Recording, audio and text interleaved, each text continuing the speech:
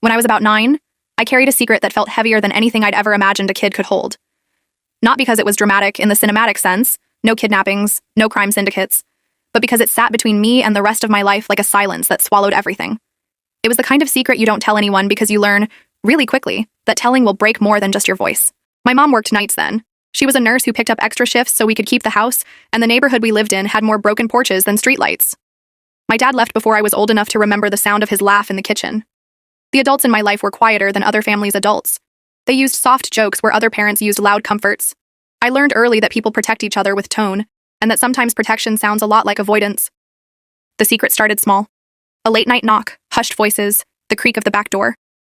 One winter evening I woke up because the house wasn't breathing the way it usually did. The hallway light was on. I padded down the stairs and froze at the bottom step.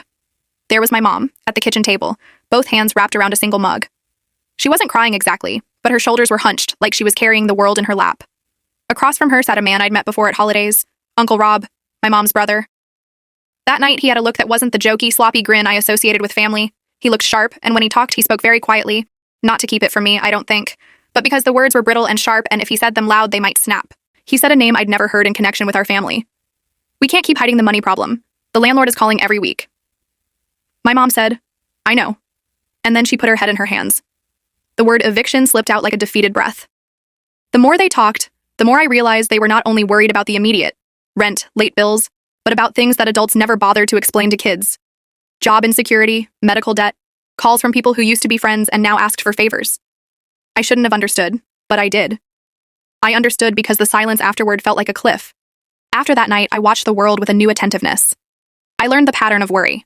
I learned that my mom would rehearse the exact words she'd give the landlord, that she'd microwave food until it tasted safe, that she'd write and rip up job applications and then sit at the table and stare at the phone until it felt like the phone should have rung already. I learned that we couldn't sign up for anything with a fee. I learned that friends' birthday parties at roller rinks were expensive in a way my mom's "we'll see" meant never. It morphed from "we're tight on money" into something bigger and uglier. She started hiding things from the mail.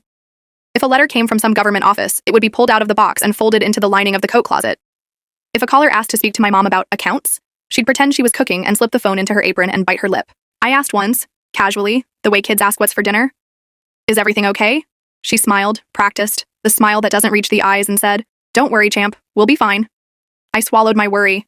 That's what kids do. We learn which buttons to not press. The real secret, the one that kept me awake and made my stomach a painful knot for months, was that I had to be fine in a different way. My mom would sometimes whisper to me when the house was finally calm and the humidifier hummed like a lullaby. "You can't tell anyone. Not at school, not your friends. We'll be okay if no one knows." That one sentence was a rope tied around my chest. I had to be the kid who could pretend. I had to laugh when classmates bragged about new phones. I had to say, "That's cool," when someone described a vacation. I learned to craft my face, interested, not envious, amused, not resentful. There were practical rules too. Don't stay after school for clubs that cost money. Don't invite anyone over unless mom says. When classmates asked why I never went to birthday parties, I said my family liked quiet weekends. When someone offered to share their fries, I learned to accept them with a grateful smile, and then carve a mental notch in the memory of what it tasted like. Advantage and pity, both at once. Keeping the secret warped how I felt about honesty. I told myself daily that I was protecting my mom by not speaking. And there were moments, small mercies, where the silence actually worked. When word got around that our family was doing okay, a generous neighbor dropped off canned soup with a post-it that said, "For you." Once, when I pretended that we didn't notice the cracks in the ceiling, a friend's father offered to fix our leaky faucet after school, and did it like a quiet saint. In those spaces, the secret felt noble, an adult-level sacrifice I was making. I took on the shame the way some kids take on chores. It became mine because I believed owning it would shield the ones I loved. But over time, the secret ate space in my life. It made me small in conversations so others could be big. It made me practice smiles like rehearsing lines. I missed out on things because I was always calculating, can we afford this? Will this make mom panic? Should I pretend I have the confidence to say yes? The mental bookkeeping piled up. The secret was a thief that stole spontaneity. A friend's invitation had to be weighed against whether my mom could afford the gas money, whether we could scrape together enough to seem normal for a weekend. There was one afternoon that still haunts me years later. I'd been saving up a few crumpled bills from odd jobs, mowing a lawn, shoveling snow for Mrs. Patel down the street, with the grand ambition of buying a used bike. A bike meant freedom. A bike meant a path out of the small world we lived in. I thought about it for months, folding bills into the same place in my sock drawer like a secret shrine. One weekend, I mustered what felt like bravery and walked into the corner bike shop with my chest full of courage and my pocket heavy with promises. I picked a bike, small and a little rusted but perfect. The shop owner smiled and said the kind of smile that believed in kids. I handed over the money. my money, and left the shop wobbling but whole. I got 2 blocks before my mom flagged me down from the porch, the look on her face like someone learning a new language of pain. "What did you buy?" she asked, and in her voice there was no accusation, only a soft brokenness.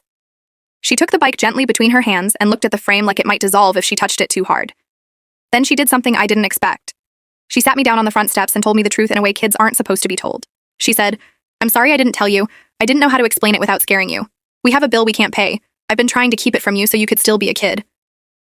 She sounded tired in a way that made me want to curl up and stop breathing. I thought the secret would break us that day, but instead something shifted. I felt a rage I had no language for. Anger at the unfairness, at the feeling of having to guard an adult worry, at my mom for not trusting me with the truth. But I also felt this elective tenderness, a fierce desire to make it better. So I did the thing kids do when adult plans are broken. I climbed up onto the bike and rode circles in the street and kept going until the sun burned like hope. That bike became small rebellion and a tiny victory both. The purchase didn't solve any bills, but in my hands that first week it felt like an answer. I'd stolen something back from the secret. Later, as I grew older and saw how the world worked, I realized the secret wasn't a single static thing. It was a series of compromises adults made, of silence sustained to keep small bodies safe from the sharp edges of bills and threats, and the clumsy cruelty of grown-up fear. Sometimes the secret protected, sometimes it damaged. When we kept avoiding asking for help because we were embarrassed, opportunities evaporated. When I lied about being able to go to a club or a sleepover, I missed out on nights that might have taught me how to be smaller and braver and less alone. By the time I was 14, the secret had swelled into a complicated truth everyone around me almost but not quite acknowledged. A teacher asked why I never turned in the permission slip for band camp. I told her a family thing came up. She asked if everything was okay. I said yes, and because at that point even the word no felt like a clue to some adult I didn't trust with the shape of our life. I was protecting my mother by pretending not to need the help of the world. The worst thing about keeping the secret was not the hunger or the missed parties, or even the shame. It was that I learned to hide my own needs because I thought my needs would hurt someone else. I built armor out of pretense. I learned how to smile politely when a kid bragged about a family vacation. I learned to swallow questions that might make a parent cry. That part, the quiet stifling of my own voice, is something I wrestled with for years after we finally had enough. We did get through it, not dramatically, but slowly. My mom found a steadier job a couple of years later, and eventually the mail stop became less frantic. People lent us money, and neighbors helped with groceries and small kindnesses stacked like pennies in a jar. I learned, painfully, that secrets are not always noble. Sometimes they are necessary, sometimes they are denial. I also learned that asking for help doesn't make you less of a protector. It makes you human. I didn't tell any of my childhood friends back then about the nights I sat in the dark listening to my mom breathe.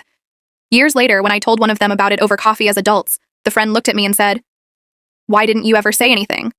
I wanted to answer with the honest thing, because I thought my silence would keep my mom safe. Because I had been trained by the small mercies of hiding, that revealing the secret might make the world flare up.